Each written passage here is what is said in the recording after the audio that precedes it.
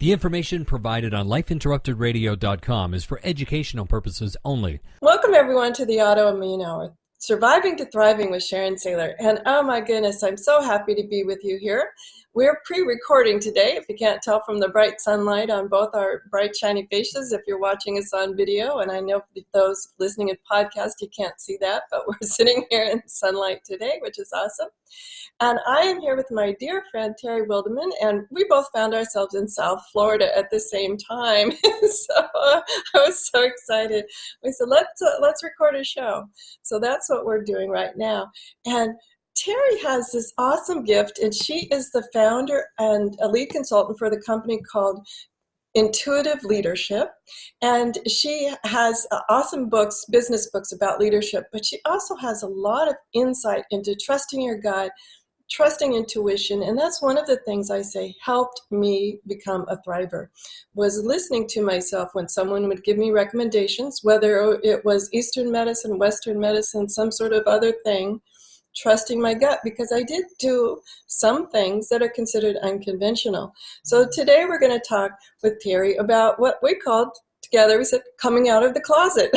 On the things of, like, as Terry was mentioning, and when she first came out in business as part of that, she has a spiritual side, a very deep spiritual side to her. I'll let Terry tell the story, but it's so fascinating. And I had to agree with her when that first came out about me in my business world too. It's a little scary.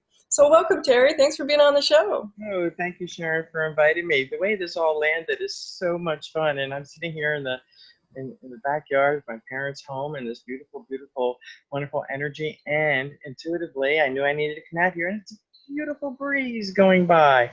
So I know this is going to be a great show because everything is working together to make it absolutely fantastic. And that's part of intuition. It's about trusting that everything is going to work out. It's about trusting that instead of going into that fear place, and fear stands for forgetting everything is all right, knocking that out. I hadn't heard that acronym before. Yeah, that's an acronym that was actually, I learned it from Abraham, who is channeled through Esther Hicks. And, they say that fear is forgetting everything is all right. And if you drop the F, it's everything is all right. So when you think of fear, it can really bring your energy levels down. But if you remember to drop that F and focus on ear, everything is all right, you're hearing, you're listening, and you're listening and hearing in a way that you can trust yourself brilliantly, trust your intuition brilliantly, because that's where you're choosing to go. And when oh, wow, look at how the wind lifted the moment I said that. That's a big deal. And this is called third level listening. I just said that. That is a big deal. So that's about really focusing in on that when we truly listen and remember that everything is all right, things are going all around us are going to conspire to ensure that everything is all right. And it's about listening to the images that we see, the voices that we hear, the feelings that we have, right? Then that inner knowing that sometimes like, why do I know this? Yeah. And when we listen to those parts of ourselves, our wise inner guidance system, which the acronym, which it cracks me up, is called WIGS. Which hat do I have on now? It's WIGS. When we listen to our wise inner guidance system, magic happens. And sometimes it's like, this isn't practical, but it still works out beautifully. Yeah, absolutely. And I know when in the healing process, when we first get a diagnosis, fear is sort of that first reaction, like, oh my gosh, what did I just hear? And oftentimes you get a diagnosis that is not delivered in a very safe, reassuring manner. It's delivered like, get real, and all of this terrible prognosis, like this is going to happen and that's going to happen. Right. It's really hard to know that everything's going to be all right in those moments. It is. May I share my very, very personal story about that? Absolutely. Okay. And I don't remember if I talked about this, Sharon, in our last show or not, so I'm just going to go with it. When I was 8 years old, I always knew that I was going to have 2 children and adopt one. It was just something that I always knew And my parents would question me, why would you want to adopt? I said, Mom, I don't know. I just know that there's so much love in the world that I want to adopt a child. I'm not going to have three of my own. I'm going to have two and adopt one. So as I got older, we found out that I had a lot of physical challenges, specifically it was endometriosis, severe endometriosis, which really affected my life in a very, very deep way. And four doctors told me I could never have children. And my intuition kept saying, hold tight. Yes, you will. Yes, you will. Yes, you will. Well, the fourth doctor, she was amazing. And she said, I don't know if you can, but we are going to prepare your body. Awesome. Okay. And so that gave me hope. But I always stuck to my guns because of this inner knowing. And by the way, at that time, I was not out of the spiritual closet. Okay. I believed in angels. I believed in intuitions. I believed in how I felt. Okay. But I didn't really understand it all. And I got married. We had our 32nd anniversary coming up. And congratulations. And I got pregnant 3 weeks later. Wow. Wow. My first child was born 9 months and 2 days after my wedding day. And then I had a second 4 years later. And then we adopted our third. And my son and my oldest daughter have the same birthmark on their upper body. Wow. Okay. So does it sound crazy? You know, who are we to question the universe? Who are we to question when miracles like that happen? Miracle that I had the first one. Believe me, it was a miracle I had the second one because it put me in a wheelchair. Okay. The third one, a birthmark on the same leg. I mean, you've got to be kidding me. So I don't question it anymore. I just follow my intuition, follow my inner guidance.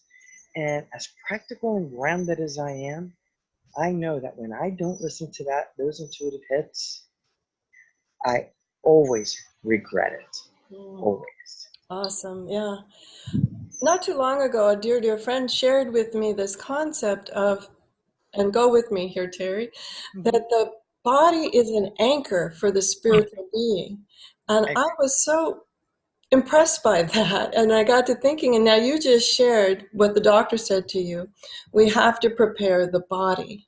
Yes. And for what to be. And I'm thinking in the terms of healing, how a couple of things come to mind is that preparing the body for the intuition to happen, preparing the body to allow, because I think a lot of times when you're growing up, I was very intuitive growing up, but it was sort of squashed out of me by many people. Yeah. Oh, that drill.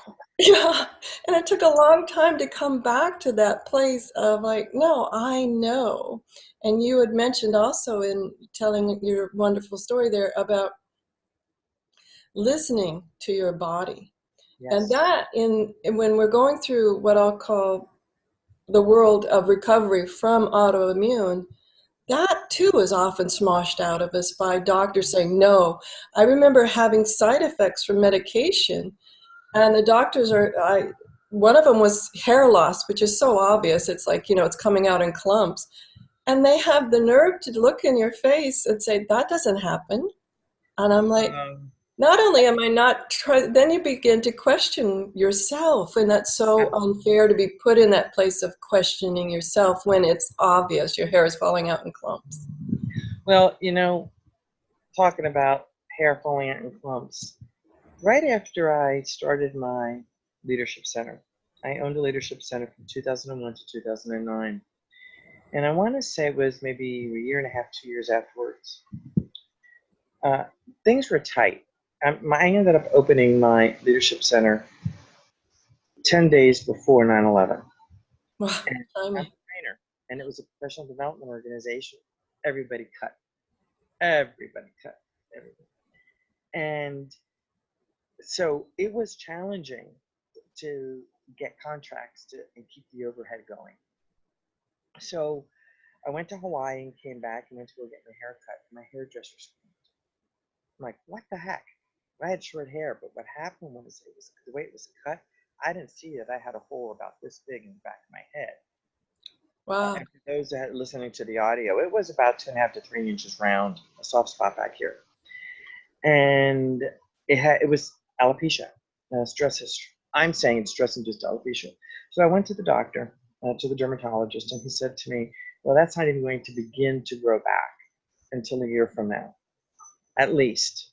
And he wanted to give me all these creams and this and this and this, and I went, "I will figure this out myself. No, thank you." And I told him, I said, "You watch, my hair will be fully grown back by the end of the year." And I was teaching at the leadership school at the Naval War College. I mean, not the Naval War College, at the Newport Naval Station. And I was doing a program for commanding officer spouses, the spouses who were going to take command on their ships. We're a Navy family, as you know, but the audience may know. Sorry about that. We're a Navy military family, and we were training the spouses and helping them in leadership and taking on their leadership roles. And while I was sitting there during one of the presentations, I was writing in a journal. And I'm just writing and writing, trying to figure out what this was all about, because it wasn't my turn to stand up and whatever and teach.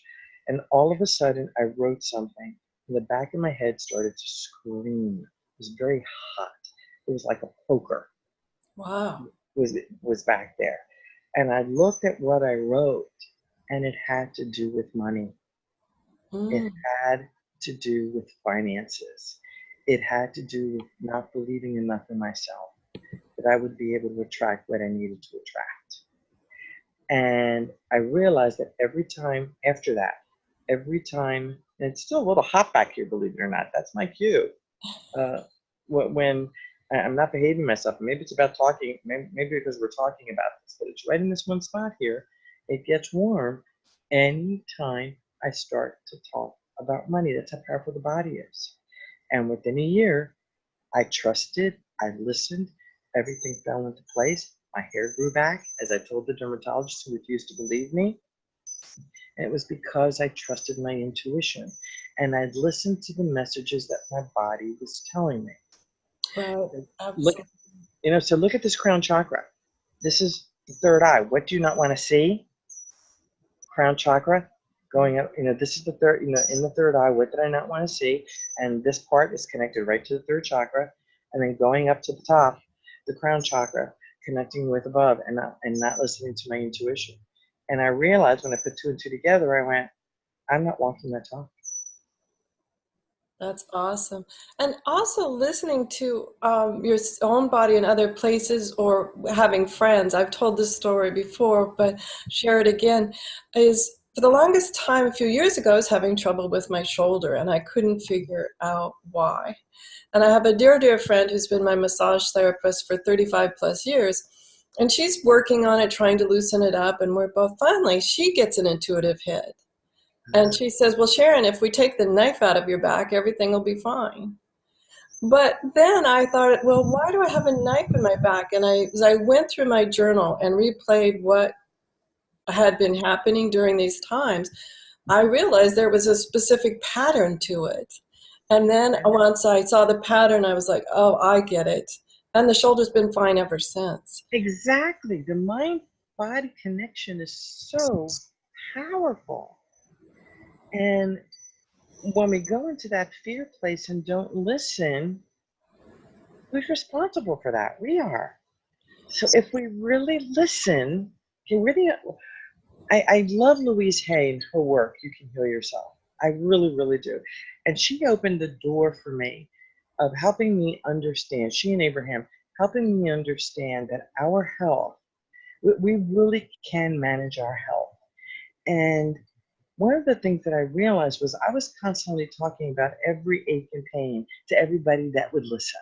All right, this was in my 20s and 30s. I was constantly talking about it. And what I own, and I own this, oh, by the way, because it's how I was raised, frankly. We have medical doctors. I have a family of medical doctors, okay? So they all talk about health. It's always poor health, because they want to fix this, they want to fix that, whatever.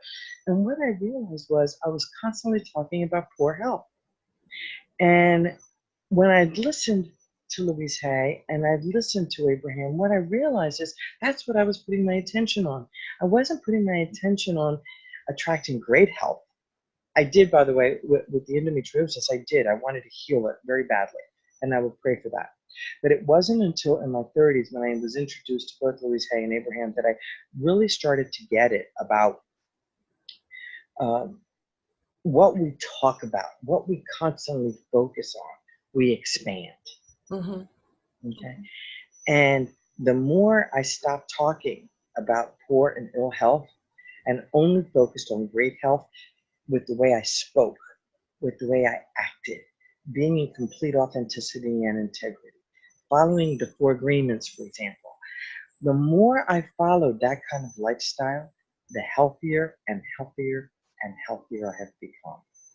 And now, in my 60s, I gotta tell you, I'm the healthiest I've ever been because I'm walking my talk. And when I don't, trust me, my body tells me in a huge way. And I think that's one of the things you and I were chatting about recently, about this idea of authenticity. And as you and I shared in the intro here, coming out of the closet and allowing ourselves to be who we are. Too Right. often we allow outside forces to not say that we have certain spiritual concepts or that we know that we're intuitive, or many times we've trusted our gut and it's worked out great.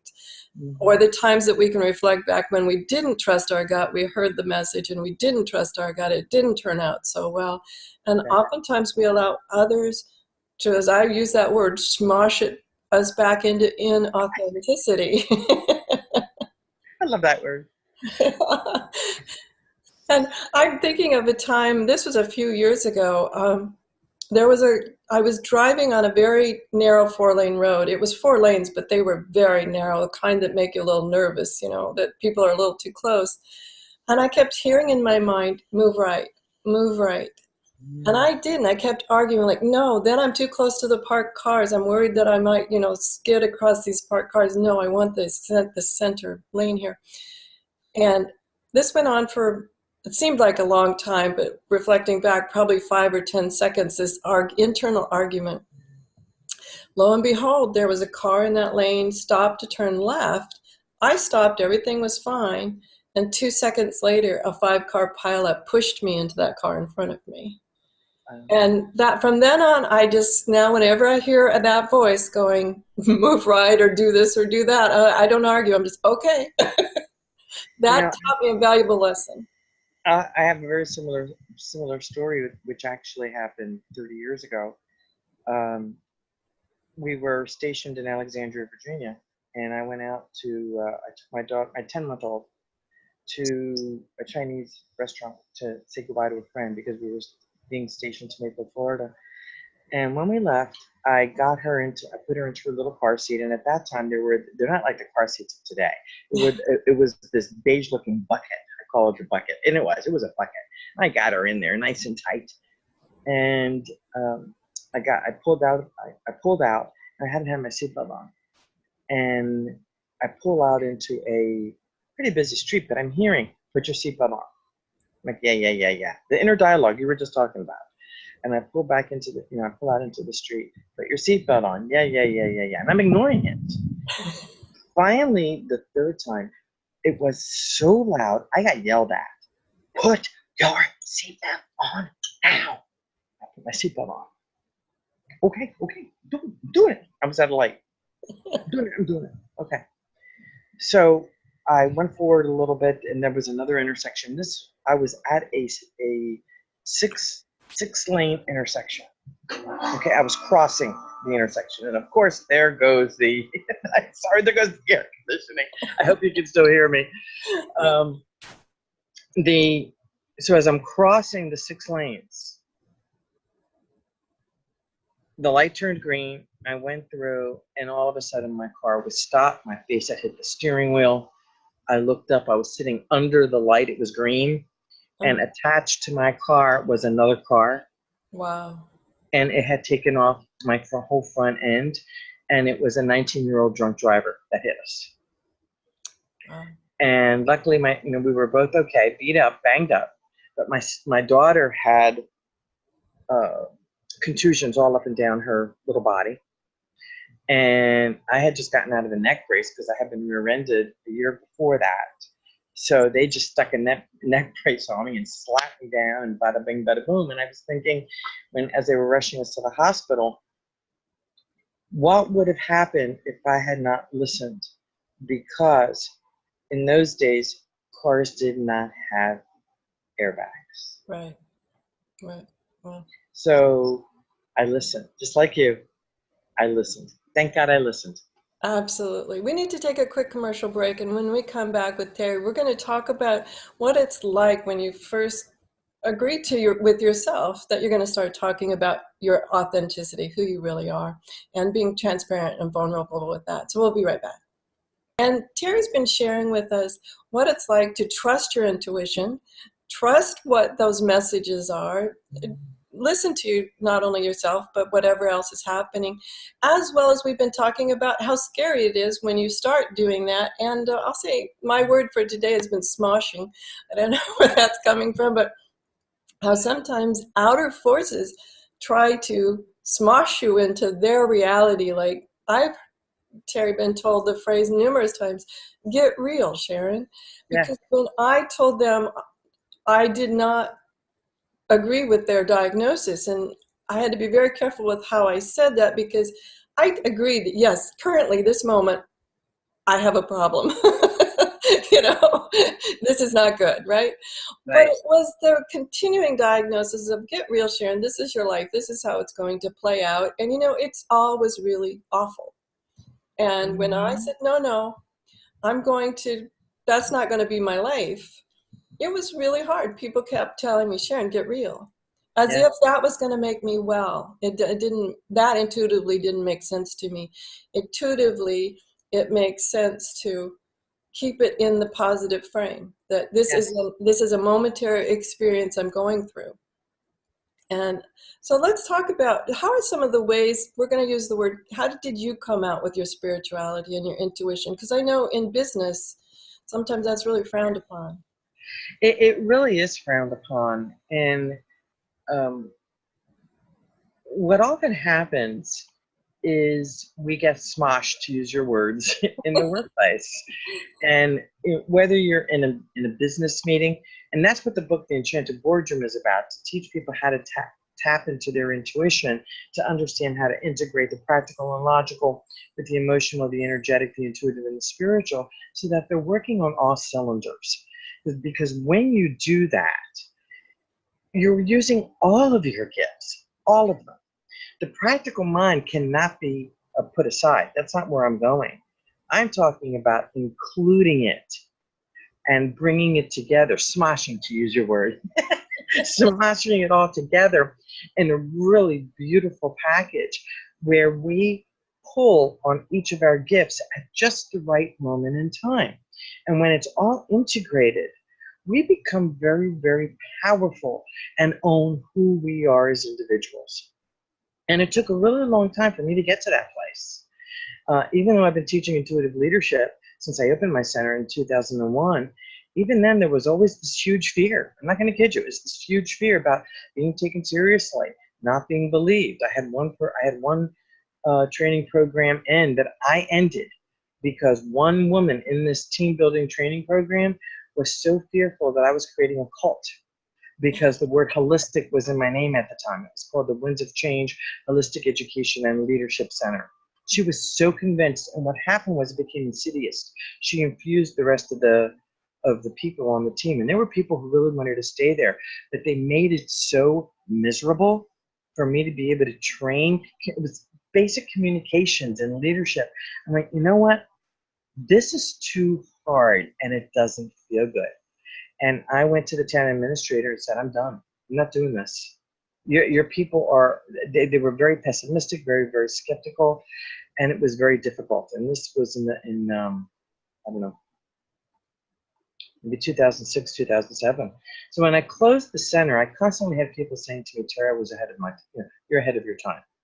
Now, companies are really opening up. They're really understanding that this really needs to be a part of the workplace culture. Because, they used to say, leave your emotions at the door. They now recognize that you need those emotions. And to be able to operate in the workplace, what I say is leave your drama at the door. That's Okay? better. Yeah, that's better. Leave the drama at the door and bring your emotions with you, because no matter how practical you are, emotions are the drivers for your practicality. Your need to be perfect, your need to be able to do everything right, your need to fix this project or do that project from a logical and practical perspective is driven by emotions. And when we recognize that emotions are our drivers, mentally, physically, and emotionally, okay, and intuitively, and they operate, they're what drives our bodies. Our bodies are wonderful, wonderful signals to what's working and what's not working. And a beautiful example of that are hips. Hips are about moving towards large projects. And when I was writing the Enchanted Boardroom, my right hip was a mess, an absolute mess. And every day, it was probably the worst I had ever been, but I was also in the most fear I had ever been in writing a book. This was my third solo book, okay? And I'm sorry, my second solo book. I'm writing my third solo book now, and I had written 6 co-authored books. But the fear with the Enchanted Boardroom was owning me. It was controlling me. Even teaching all this stuff, I was so scared to come out of the angel closet. And that's what I did. I came out of the angel closet. I started talking about angels in business towards the very end of the book. I'm talking about intuition and how our intuitions connected to our learning styles. I really got into this place. And when I went to the doctor, this was 7 months of this. I went to the doctor and they did MRIs on my hips and all this other stuff. And I would go to my chiropractor and he said, Terry, you are in much more pain than I've ever seen you compared to what I'm seeing in the x-rays. And then my regular doctor said, you're headed for a hip replacement. I go, watch me. No, I'm not. This is all about my book. He's looking at me like I'm nuts. He's looking at me like I'm crazy because my hip was hurting so badly. And he's like, your hip replacement material. I go, no, I'm not. Trust me, this is all going to go away when this book is done. And you should see the look on his face. Like I am in La La Land. Just like what you're experiencing, Sharon.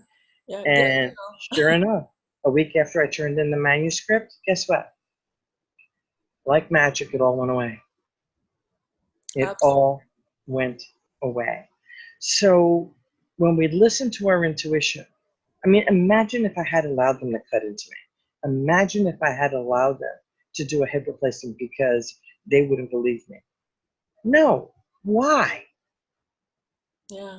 You know, why? This all aligns with some of our other people that they haven't called it intuition or angels or the spiritual part, but I'm thinking of Sarah Payton and her work with the neurobiology and our Yeah. emotions, and how when we come to terms with am I safe and do I matter, those 2 important questions to us, Beautiful. everything attunes and aligns. But it's listening to those inner voices, whether we call it intuition or whether you know that it's angels, or maybe you just say it's your inner voice or your inner knowing. Yes. Sometimes it's a feeling too, which Oh, absolutely. yeah, we've had Dr. David Clark on who talks about, well, you know, it's just about coming to terms with certain things that have happened in your life too, as well as being able to go through past traumas, past fears, and realize that where you were then is not where you are now. And I think that's so important for us too, is that in that healing process, besides listening to ourselves, realizing that the past doesn't make the present. You know, you have this option to change. Well, one of the big things that I work with my clients. My clients are mission-driven entrepreneurs and leaders. And because I am a holistic practitioner, I do EFT, I do NLP, I created my own emotional release technique process. One of the things that we do when we're creating our, working towards elevating their businesses is we start with you first. We start with the person first. And oftentimes they have all these physical ailments. And I go in and I clear trapped emotions. And some of these emotions often go to situations back to under the age of 5, and sometimes pre-birth even. You know, they can be past life, during birth, after birth. And we clear these trapped emotions, and it feels so much better. And they're like, how did you do that? How do you know that? And we work with the main meridian. As you know, with acupuncture points, we have meridians throughout our body. And we work with the main meridian to be able to clear some of those trapped emotions. And it's amazing how they begin to heal physically and emotionally by clearing out this trapped stuff. And everything that your guests have talked about, it's all integrated in all of that. You know, we are such amazing beings, and these trapped emotions that hide in our bodies, if we release them, allow the bodies to heal. I myself am blown away because I do this every day on myself in my meditations. I'm constantly releasing and healing and releasing and healing. And when I think I've healed one situation, all of a sudden the symptoms come up and it's another facet. We're diamonds. And, you know, it's like we're gigantic diamonds with lots of facets, and one situation can have many, many facets. And when we heal the trapped and hidden emotions that are behind those facets, that's where a lot of healing comes in. And it allows us to clear out the fears and moving forward in our careers, and moving forward in our relationships, moving forward in our businesses, and allows us to really be the people that we're meant to be. And it just stops the pain. I mean, I know when I get a migraine, let's look at the word migraine. Migraine. What's going against your grain?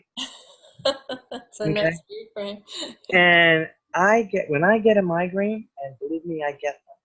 Usually it's because I've eaten something I should not have eaten, and I knew I shouldn't have eaten, and I wake up the next morning not being able to barely open my eyes, the light's coming in, and I'm like, yeah, got it, got the message, I did it to myself again, you know. So one of the things that are fascinating to me is this concept, though, as you're talking, the other word that comes to mind that some people call it is like triggers. yes, triggers, exactly. When I first started, you know, I think we all, when we're young, just automatically respond to a trigger. Yes. But now I'm more aware of when I first, there's that twinge where you realize, oh, trigger, oh, ouch. Ouch, yes. But sometimes it's mega ouch. Yes, winged me there. But knowing at that moment, instead of reacting with the past reaction that might have happened, maybe explosive anger, whatever it would be, getting back or whatever you might put onto that, I always put it into the frame, when that happens, I go, ouch. And then the next question I've trained myself is, isn't that interesting? I like that. Because then what I do is I begin to unwind is, wow, what just happened? And I can replay the tape going, okay, when this happened, I responded that way. I took the moment then to go, that's not the most helpful response. What is the response that would lead me in the right direction, whether it's healing or, emotional recovery? I love that. It is. And what I find is triggers can be so simple. The one that I find so funny, because at my age now, a lot of people are wearing readers. And one of the things we do is we pull them down on our nose to look over the magnifier, right? Yes, we do. I tend to do that myself. But the problem is, whenever I see someone do this, and I'm doing it on the video now, and that's putting the glasses on the end of my nose and looking over the top, it triggers me to a teacher that used to do this every time to scold us as children. It triggers me. I see that person's face. I immediately go back to being a child in that moment where that ouch happened. And then took me a while when I saw that happen. I go, isn't that interesting? Then I had the intuition, the memories of, oh, I'm seeing this teacher, and I'm seeing myself or some other class member be, quote unquote, as she used to say, put in their place. Wow. And that was, decades ago, Terry. And you find you still react to it quickly decades later. But that's a trapped emotion. Yeah. And that's where you use either EFT, Ho'oponopono, the emotional release technique, anything, any type of thing like that to clear out the emotions attached to the trigger. It doesn't mean you're going to forget the memory, but you just release the emotional side of that trigger. Yeah. So it doesn't trigger you in the future. Yeah. It's so fascinating, but just It taking is. that moment when you feel that ouch, instead of reacting, playing the tape back and going, where's this coming from? Why, this is odd. This is And different. that's This is important. interesting. That's really important to do, because I'll tell you, once you clear out those scenarios, healing begins. Your body starts to feel better. Yeah. It just does. The body is an amazing thing, and it's amazing how we hold on to things. And I do believe that this is just my personal belief system, that we are here I believe very much in reincarnation. I studied reincarnation for 2 years. 2 years, and had some amazing experiences. And I do believe that we are spiritual beings having a human experience here, because our souls need to learn something. And I believe that we come back in soul groups. And it's almost like a play that people play different roles to assist us to learn different things. And one of the things that I know about, and I really believe all that with my whole heart and soul, because of the studying and the work that I do, and the things that I've seen with people, even on my table when I used to do Reiki, and things that would come up. And what I know is all these triggers and all these scenarios and all these things that happen to us happen because we either have taken oaths in past life that we haven't released yet. So we come here in this life and we begin to release these oaths and release these things that are triggered and go back in our DNA. Science is proving, by the way, this with just articles a few weeks ago, that in our DNA cells, we are carrying memories of our forefathers, of our generations and generations of memories in our DNA. So think about that. If we're carrying these memories in our DNA, and we release the negative parts of it, we can actually help to shed some of the trauma, the emotions that trigger a lot of the diseases that we have in this lifetime. It's an amazing thing, our bodies and our DNA. It's amazing. And generations of stuff, like dominoes just falling down, when we take ownership in this lifetime and listen to our intuition and heal the stuff that we're going through. I think it's a big deal.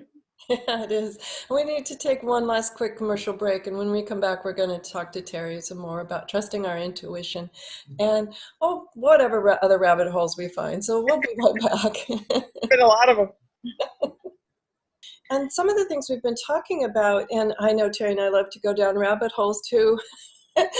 We talk about this all the time off our recording here, is things like trusting ourselves. And we first framed this conversation we were going to have about coming out of the closet. And some of the things that Terry and I talk about are all the ways that we keep ourselves small or in the closet. Yes. Whether it's our self-esteem or our worthiness, or we're too afraid to talk about something because somebody might think something of us that isn't right. Maybe I think I'm overweight, or I'm too small, I'm too tall, whatever it is, and how we keep ourselves trapped in who we are not really meant to be. So Terry, let's talk a little bit about these other types of closets that we've been calling them, that we keep ourselves trapped in. And to me about a closet is it's dark and only one way out and all those sorts of things. So let's talk a little bit about. And that's what it often feels like.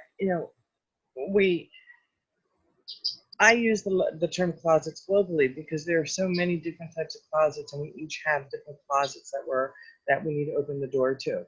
And just like you said, it could be self-judgment, it could be lack of self-esteem, it could be keeping ourselves not owning up to things.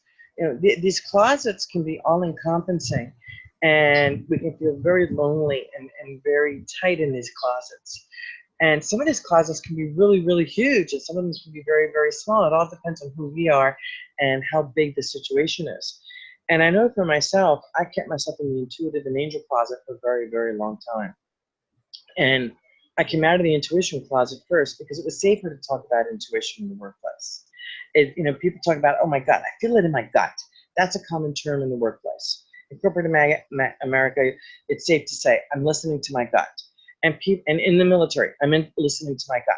People understand that concept. But when you talk about intuition, some people It's they the don't. same thing. It's just a different word. It's the same thing. They don't connect that feeling in your gut is intuition, all right? And they begin to look at you in la la land because you happen to use the word intuition. Hello, guess what? Intuition and gut is the same thing. Gut is a part of intuition. And each of us, like I said, we're either clairvoyant, clairaudient, claircognizant, clairsentient. And what that means is the clairvoyant people see images, and we're also visual learning styles. The clairaudient folks, they hear things, okay? And they tend to they're the audio folks who are listening to this broadcast instead of looking at the video, okay? So hearing things, it's much sharper for them. The claircognizant piece is those that just know things, that it is deep intuition. They just know where to go and what to do. For example, there may be a test, or there may be something that they need to do at work, and they just know to go to this place and they don't know why. Okay, and then there's which one did I talk? Clairvoyant, clairaudient, claircognizant, clairsentience. Clairsentience is a feeling. That's when you get the goosebumps. That's where you get all of your body tells you, and it could be through an ache or a pain or something going on. That's clairsentience, right? So your body is telling you, yes, no, don't go there. Yes, go there. So that's the clairsentience. What about the closet that comes to my mind that I hear a lot about with people when I talk to them with autoimmune? I find a lot of people with autoimmune are highly sensitive people, and that's a term, everyone, that's a term, or very empathetic. Yes. Empath. And I find a lot of people that have an autoimmune condition tend to fall into those categories. And it makes sense. And I think a lot of times they have kept themselves in we'll say the empath closet or the highly sensitive closet, because too often they'll hear terms growing up and whatever, that is bad to be sensitive. It is bad to be empathic. And then when we come out of the empath closet, it's so freeing to just be, this is who we are, the authentic self. And it really is. And that's where we need to take ownership of being an empath and take ownership of who we are. I'm highly empathic. I'm going to share with you an example of that. A year ago, May, my oldest daughter, my husband, and I went to New York City because that's where she wanted to go. It was her 30th birthday, and she wanted to see a Broadway show. The one thing I said to them is, I cannot go to the 9/11 memorial. I can't go there. I just don't want to go there. And we started getting lost. We were walking through New York, and we pretty much knew what we wanted to do and not do. And suddenly I started to shake. I got physically sick. My head started to spin. I got very nauseous. And I looked at my husband and my daughter. I'm like, where the heck are we? And we were literally, and neither my husband or my daughter realized it, and they know this about me, that kind of stuff affects me physically. We were about to cross the street to go towards the 9/11 museum. Oh, wow. And they both looked at me and looked at each other going, oh God, here we go. Because I just felt it so deeply. And they did go to the museum. I did not. I stayed outside. I stayed in the fountain area because it is beautiful. I was able to control it. I was able to put up my shields and do what I needed to do. But it's about owning who we are. And my husband and daughter know that. They know I can't go to those places because I'm too empathic. But there's something wonderful about that fountain area. To me, water, being near water that's moving like that is always helpful when there's a disruption. And it's a way to calm your body down, is being near moving water. And that's what I did. I actually went to the fountains and was able to calm everything down. But they were blown away that, like I said, we were lost. We didn't know where we were. And that I felt it and got so physically ill so fast. So we need to take, and I don't like to say the word we need, because need equals lack. Okay.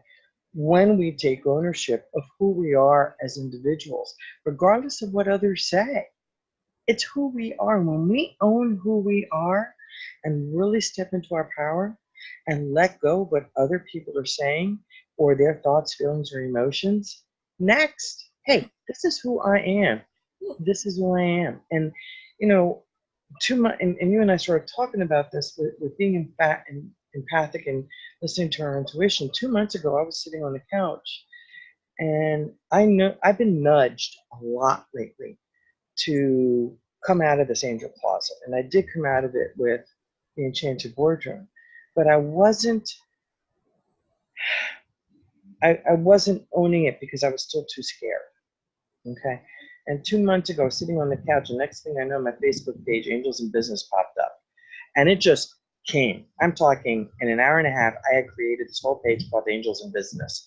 And I I remember when you started, you were talking, we have a group of friends, and all of a sudden, there's Tara just look.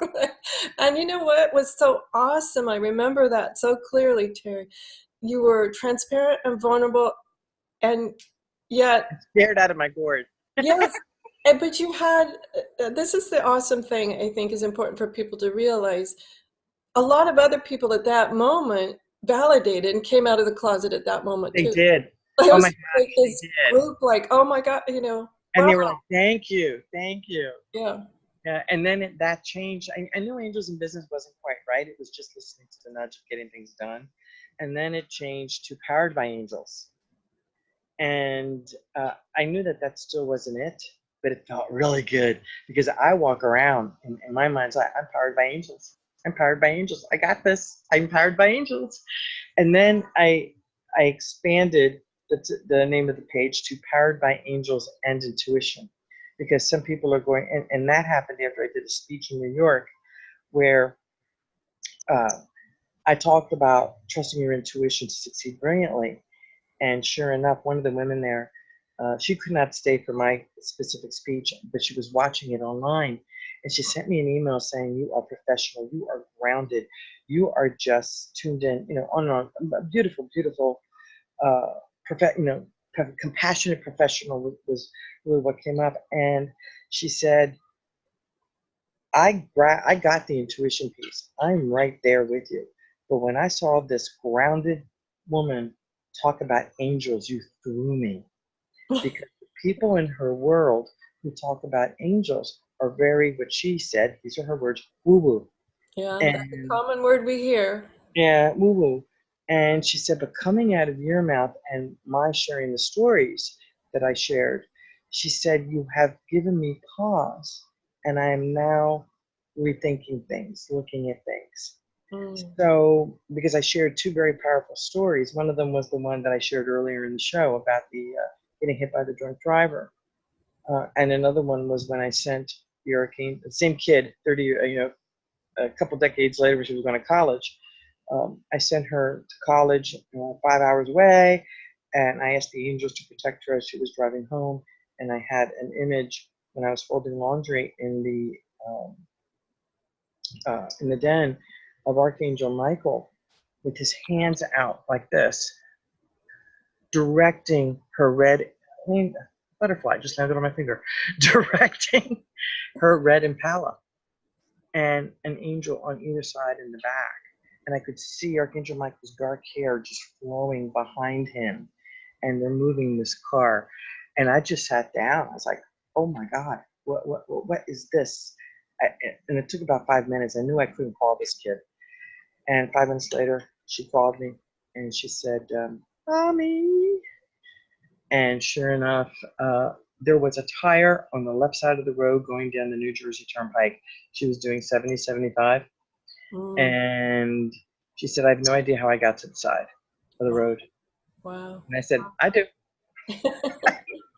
And so, it was one of those where that's why I believe in angels. And angels have saved me from other scenarios that I'll share another time. So what we're doing now is we're creating a new show called Your Seventh Sense, powered by Angels and Intuition. And we're looking at launching it at the end of August and September.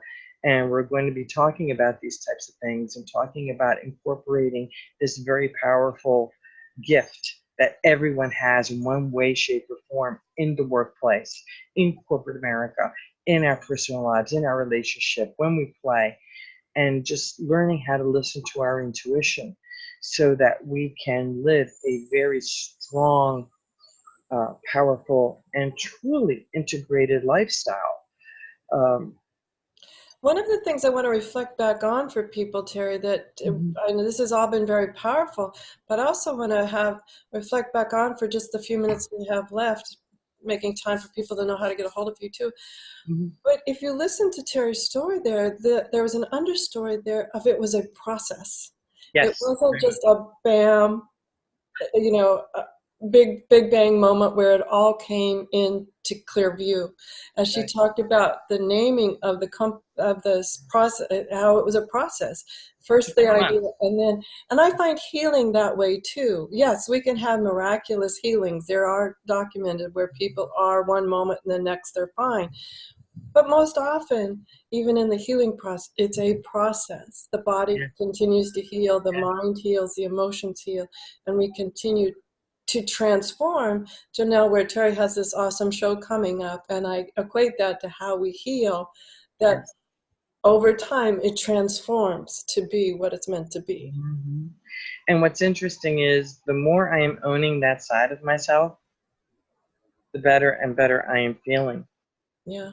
On all levels. It's just, instead of running away in fear of who I'm meant to be and who I am, I have chosen to run towards it, and whoever wants to play in that sandbox, hey, come join me, because it really is important. And when it comes to business, even when something seems so not logical and practical, I have so many stories of following these intuitive hits and having these conversations with my guides and my enchanted boardroom, right? And it doesn't make sense. Okay, I'm listening.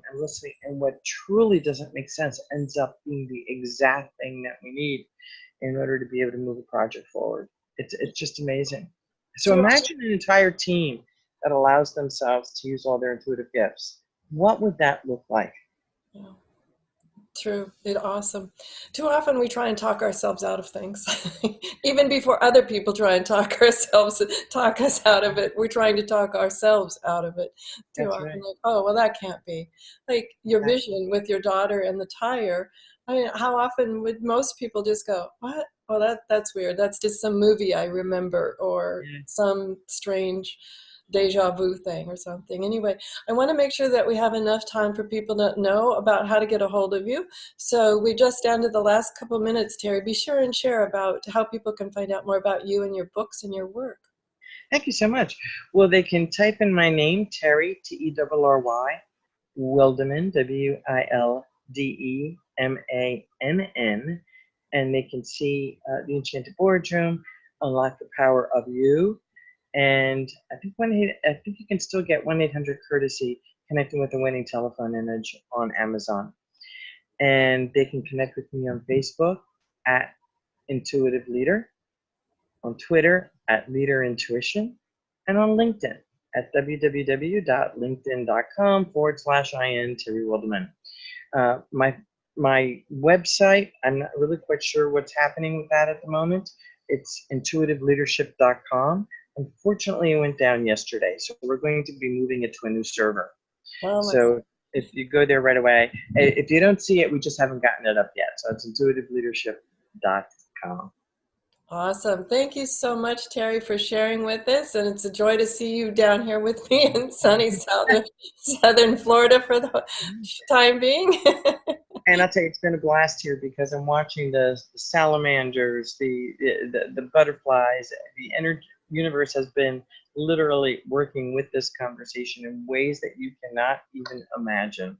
Oh, and that's, what I loved before we went on the air, I was sharing with Terry, when I first got here just a couple of days ago, where I stayed at when I'm down here, the yard has been filled for the last few days with the most amazing semi-transparent dragonflies that have tiger stripes. It's just awesome. I've never seen anything like it. And when you step out, 30 can just flutter from the yard and you're surrounded by them. And I'm always just take those moments, everyone, and enjoy them when they happen. As Terry said, when she was talking and a butterfly landed on her hand. Okay. Yeah, really take some time and enjoy those moments because they're really profound. So take some time and really enjoy those and have a great weekend, whatever your adventures. And join me next Friday for another show. We bring you a brand new episode every Friday. We're doing them in podcast, as you know, and we're also doing them, go over to YouTube, you'll find them in videocast as well. So sometimes when we're talking, you're like, oh, and they said a pronoun or something, and I don't know what this is. So you can always pick it up on YouTube as well. And the transcripts are up on, we've renamed the show, we renamed the website, understandingautoimmune.com. So be sure and go over there as well, because we've got transcripts of almost all of the shows, including Terry's will be there as well. So, as I said, have a great weekend and join me next Friday, everyone. Enjoy.